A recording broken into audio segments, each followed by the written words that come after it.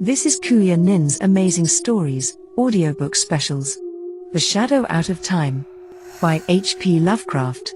Chapter 7.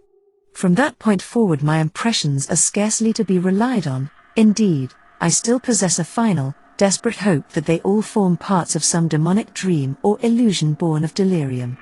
A fever raged in my brain, and everything came to me through a kind of haze, sometimes only intermittently. The rays of my torch shot feebly into the engulfing blackness, bringing phantasmal flashes of hideously familiar walls and carvings, all blighted with the decay of ages. In one place a tremendous mass of vaulting had fallen, so that I had to clamber over a mighty mound of stones reaching almost to the ragged, grotesquely stalactited roof. It was all the ultimate apex of nightmare, made worse by the blasphemous tug of pseudo-memory. One thing only was unfamiliar, and that was my own size in relation to the monstrous masonry. I felt oppressed by a sense of unwonted smallness, as if the sight of these towering walls from a mere human body was something wholly new and abnormal. Again and again I looked nervously down at myself, vaguely disturbed by the human form I possessed. Onward through the blackness of the abyss I leapt, plunged, and staggered, often falling and bruising myself, and once nearly shattering my torch. Every stone and corner of that demonic gulf was known to me, and at many points I stopped to cast beams of light through choked and crumbling, yet familiar, archways. Some rooms had totally collapsed, others were bare, or debris-filled. In a few I saw masses of metal, some fairly intact, some broken, and some crushed or battered, which I recognized as the colossal pedestals or tables of my dreams. What they could in truth have been, I dared not guess. I found the downward incline and began its descent, though after a time halted by a gaping, ragged chasm whose narrowest point could not be much less than 4 feet across. Here the stonework had fallen through, revealing incalculable inky depths beneath. I knew there were 2 more cellar levels in this titan edifice, and trembled with fresh panic as I recalled the metal-clamped trapdoor on the lowest one. There could be no guards now, for what had lurked beneath had long since done its hideous work and sunk into its long decline.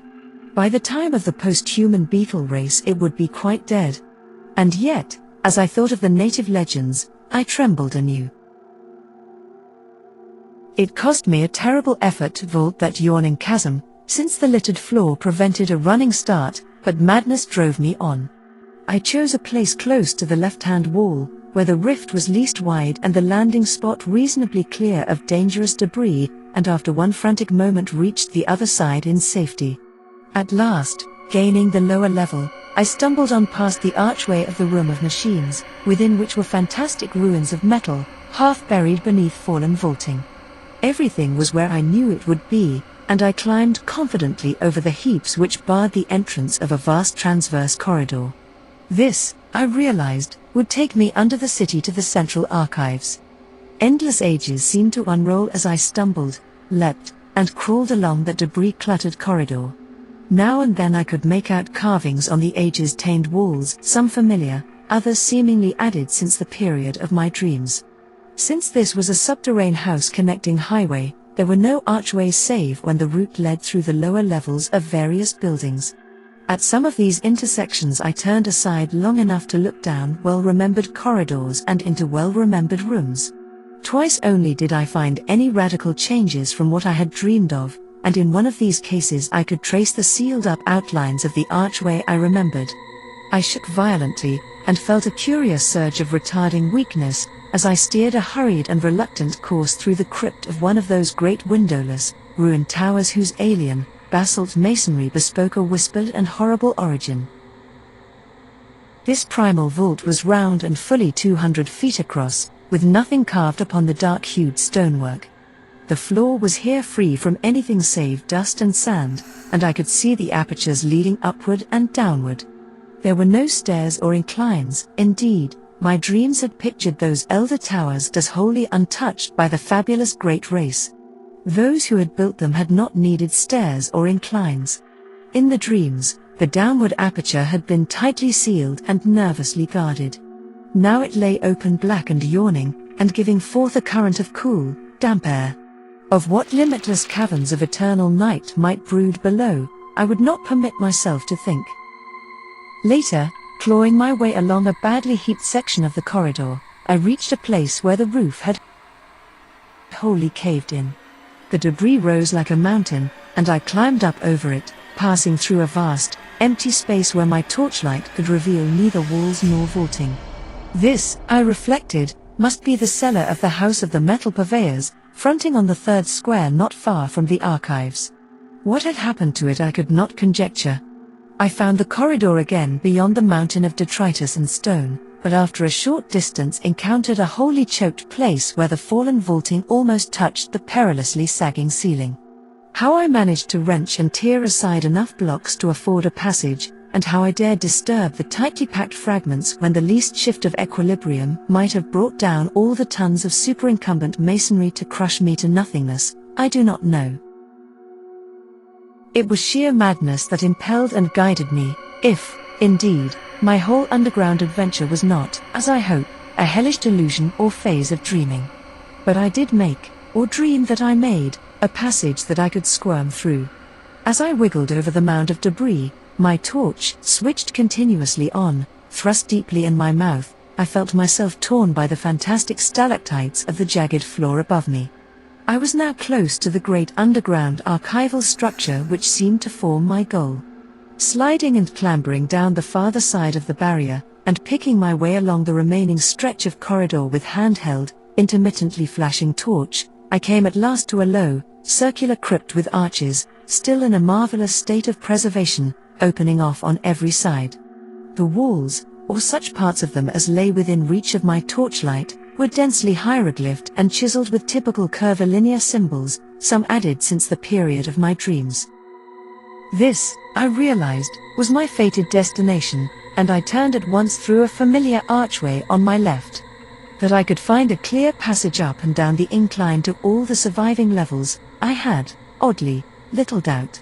This vast, earth-protected pile, housing the annals of all the solar system, had been built with supernal skill and strength to last as long as that system itself. Blocks of stupendous size, poised with mathematical genius and bound with cements of incredible toughness, had combined to form a mass as firm as the planet's rocky core. Here, after ages more prodigious than I could sanely grasp, its buried bulk stood in all its essential contours, the vast, dust-drifted floors scarce sprinkled with the litter elsewhere so dominant. The relatively easy walking from this point onward went curiously to my head. All the frantic eagerness hitherto frustrated by obstacles now took itself out in a kind of febrile speed, and I literally raced along the low-roofed, monstrously well-remembered aisles beyond the archway. I was past being astonished by the familiarity of what I saw. On every hand the great hieroglyphed metal shelf doors loomed monstrously, some yet in place, others sprung open, and still others bent and buckled under bygone geological stresses not quite strong enough to shatter the Titan masonry. Here and there a dust-covered heap beneath a gaping, empty shelf seemed to indicate where cases had been shaken down by earth tremors. On occasional pillars were great symbols or letters proclaiming classes and subclasses of volumes. Once I paused before an open vault where I saw some of the accustomed metal cases still in position amidst the omnipresent gritty dust. Reaching up, I dislodged one of the thinner specimens with some difficulty, and rested it on the floor for inspection. It was titled in the prevailing curvilinear hieroglyphs, though something in the arrangement of the characters seemed subtly unusual. The odd mechanism of the hooked fastener was perfectly well known to me, and I snapped up the still rustless and workable lid and drew out the book within.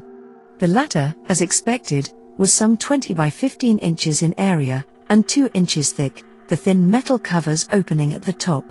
Its tough cellulose pages seemed unaffected by the myriad cycles of time they had lived through, and I studied the queerly pigmented, brush-drawn letters of the text symbols unlike either the usual curved hieroglyphs or any alphabet known to human scholarship, with a haunting, half-aroused memory.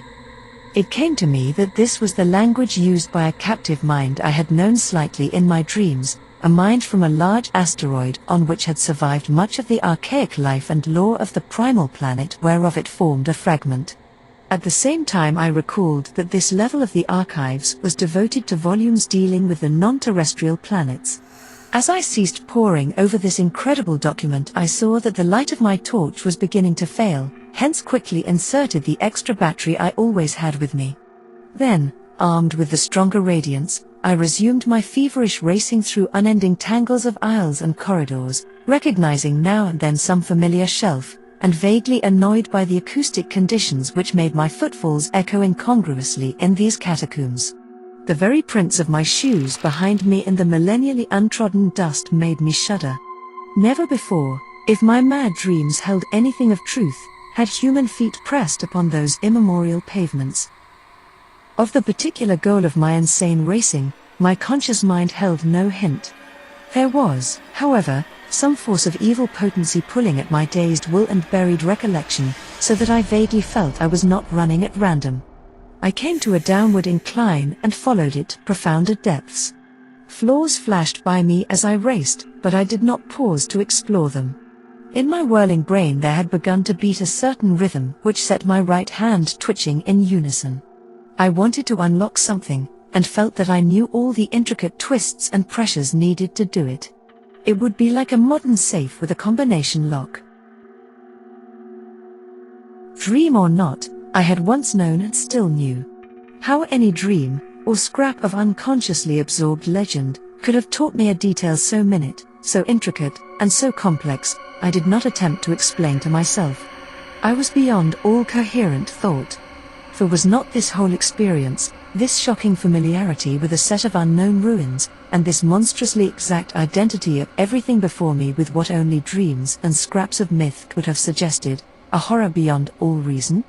Probably it was my basic conviction then, as it is now during my saner moments, that I was not awake at all, and that the entire buried city was a fragment of febrile hallucination. Eventually, I reached the lowest level and struck off to the right of the incline. For some shadowy reason I tried to soften my steps, even though I lost speed thereby. There was a space I was afraid to cross on this last, deeply buried floor. As I drew near it I recalled what thing in that space I feared. It was merely one of the metal barred and closely guarded trapdoors. There would be no guards now, and on that account I trembled and tiptoed as I had done in passing through that black basalt vault where a similar trapdoor had yawned. I felt a current of cool, damp air as I had felt there, and wished that my course led in another direction. Why I had to take the particular course I was taking, I did not know. When I came to the space I saw that the trapdoor yawned widely open. Ahead, the shelves began again, and I glimpsed on the floor before one of them a heap very thinly covered with dust, where a number of cases had recently fallen. At the same moment a fresh wave of panic clutched me, though for some time I could not discover why. Heaps of fallen cases were not uncommon, for all through the eons this lightless labyrinth had been racked by the heavings of earth and had echoed at intervals of the deafening clatter of toppling objects. It was only when I was nearly across the space that I realized why I shook so violently. Not the heap, but something about the dust of the level floor was troubling me. In the light of my torch it seemed as if that dust were not as even as it ought to be. There were places where it looked thinner, as if it had been disturbed not many months before. I could not be sure, for even the apparently thinner places were dusty enough, yet a certain suspicion of regularity in the fancied unevenness was highly disquieting. When I brought the torchlight close to one of the queer places I did not like what I saw, for the illusion of regularity became very great.